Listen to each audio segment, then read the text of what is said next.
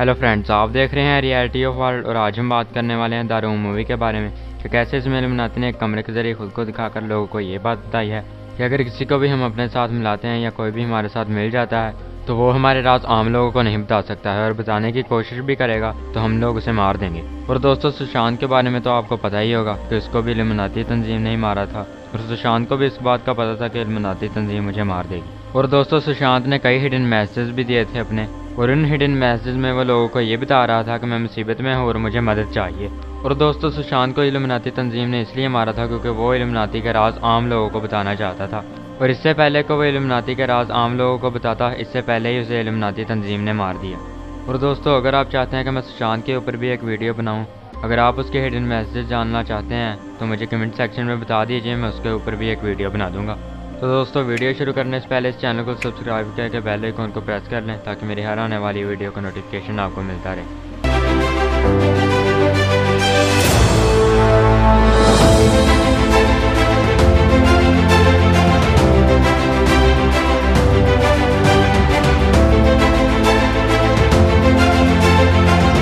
तो दोस्तों, hidden message बताने से पहले मैं आपको इस मूवी की मुख्तसर सी स्टोरी बता देता हूँ ताकि आपको हर एक हिडन मैसेज की अच्छी तरह से समझ आ जाए।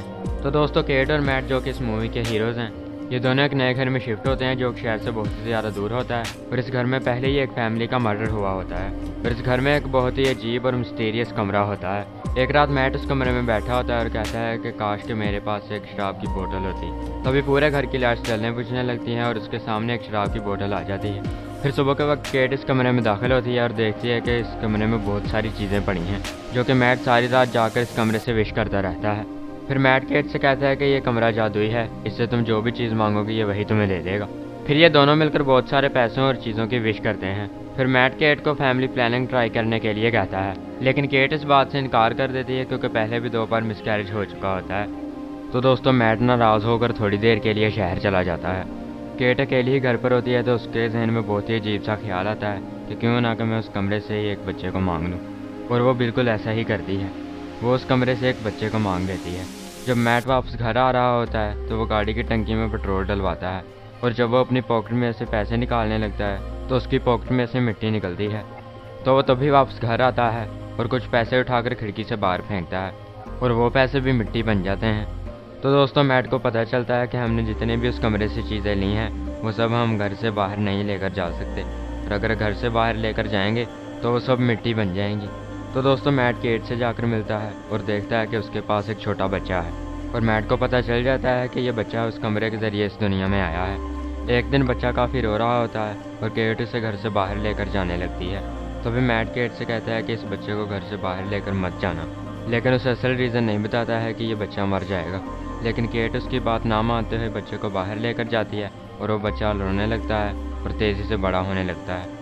तो दोस्तों, केट मैट को आवाज़ देती है और मैट भागकर बाहर आता है और बच्चे को उठाकर वापस घर ले जाता है, और मैट के वापस घर जाने तक वो बच्चा तकरीबन 5 साल का हो जाता है। फिर मैट इंटरनेट पर उस फैमिली के बारे में सर्च करता है जिसका इस घर में मर्डर हुआ था, और उसे पता चलता है कि इस घर में 2 कपल्स रहते थे और उन्हीं के बेटे ने ही उन्हें मार दिया, और वो भी इस कमरे के कहने पर। फिर मैट उस किलर से मिलने चला जाता है मेंटल हॉस्पिटल में, और उस किलर को पता चल जाता है कि ये उसी घर में रह रहे हैं, और वो किलर मैट से कहता है कि जितना जल्दी हो सके इस घर से चले जाओ।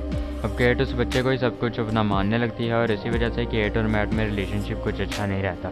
फिर मैट अपने कमरे में ब्लैक एंड वाइट कलर कर लेता है। एक दिन उन दोनों के झगड़े की वजह से वो बच्चा सोता नहीं है और सारी रात जागता रहता है और पूरे घर में घूमता फिरता रहता है, और उसे वो कमरा मिल जाता है। और जब वो उस कमरे में जाता है तो उसे उसका राज पता चल जाता है कि वो इस कमरे के ज़रिए इस दुनिया में आया है।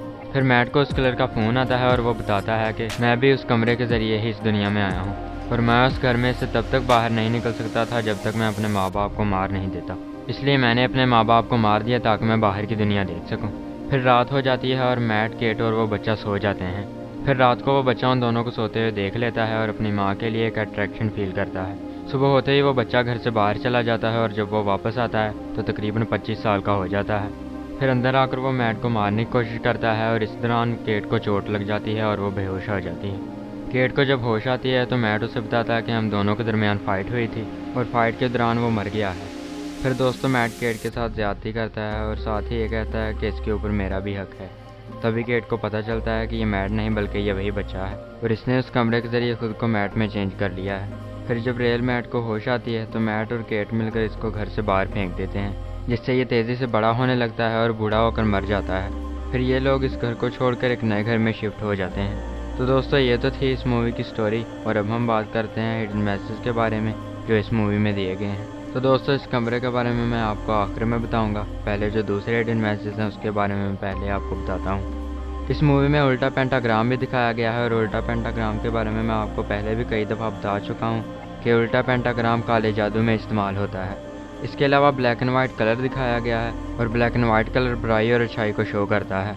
इसके अलावा इस मूवी में दिखाया जा रहा है कि वो बच्चा अपनी माँ के साथ ज़्यादती करता है, और साथ ही ये कहता है कि इसके ऊपर मेरा भी हक है। तो दोस्तों ये वाला सीन इस मूवी में इसलिए दिखाया जा रहा है ताकि लोगों की माइंड प्रोग्रामिंग की जाए, ख़ास तौर पर छोटे बच्चों की, ताकि उन्हें ये सिखाया जाए कि आप चाहें जितने मर्जी बड़े या छोटे हैं, या आपकी शादी नहीं भी हुई तो फिर भी आपका इस चीज़ पर हक है। अब आप खुद ही देख और सुन लीजिए कि मूवीज़ के ज़रिए लोगों को क्या सिखाया जा रहा है।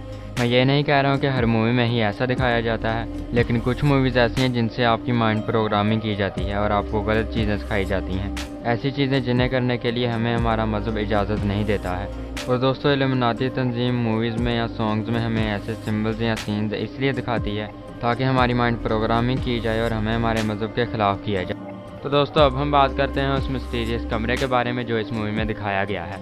ये कमरा नहीं बल्कि इल्यूमिनाती तंजीम दिखाई गई है। अब मैं ऐसा क्यों कर रहा हूँ, क्योंकि अगर आप ये पूरी मूवी देखेंगे तो इस पूरी मूवी में इस कमरे के बारे में नहीं बताया गया है कि ये कमरा कहाँ से आया है, इसको किसने बनाया है और ये इंसान की विशेज़ को पूरा क्यों करता है। तो दोस्तों इस बात से ज़ाहिर होता है कि ये कमरा नहीं बल्कि इल्यूमिनाती तंजीम दिखाई गई है। और इस कमरे का जो दरवाज़ा है उसके ऊपर भी आप देख सकते हैं कि एक पिरामिड है और उसके अंदर एक आँख दिखाई गई है, और एक आँख दजाल को शो करती है, या फिर आप उसे वन आई ऑफ लूसीफर भी कह सकते हैं। इसके अलावा इस कमरे से जो चीज़ें विश की जाती हैं उनको घर से बाहर लेकर नहीं जा सकते हैं। तो दोस्तों ये चीज़ें नहीं बल्कि इल्यूमिनाती के राज दिखाए गए हैं जिनको ये आम लोगों को नहीं बता सकते हैं। बिल्कुल वैसे ही जैसे सुशांत इल्यूमिनाती के राज आम लोगों को बताना चाहता था, लेकिन उसे इल्यूमिनाती तंजीम ने मरवा दिया। इसके अलावा इस मूवी में दिखाया गया है कि ये कमरा जिंदा चीज़ों को भी विश करता है, जैसे कि केट इस कमरे से एक बच्चे को मांगती है और वो कमरा उसे एक बच्चे को विश कर देता है। तो दोस्तों यहाँ पर हिडन मैसेज ये बनता है कि फ्यूचर में इल्यूमिनाती का कंट्रोल बच्चों पर होगा ताकि आने वाली नस्लों पर भी उन्हीं की ही हुकूमत हो।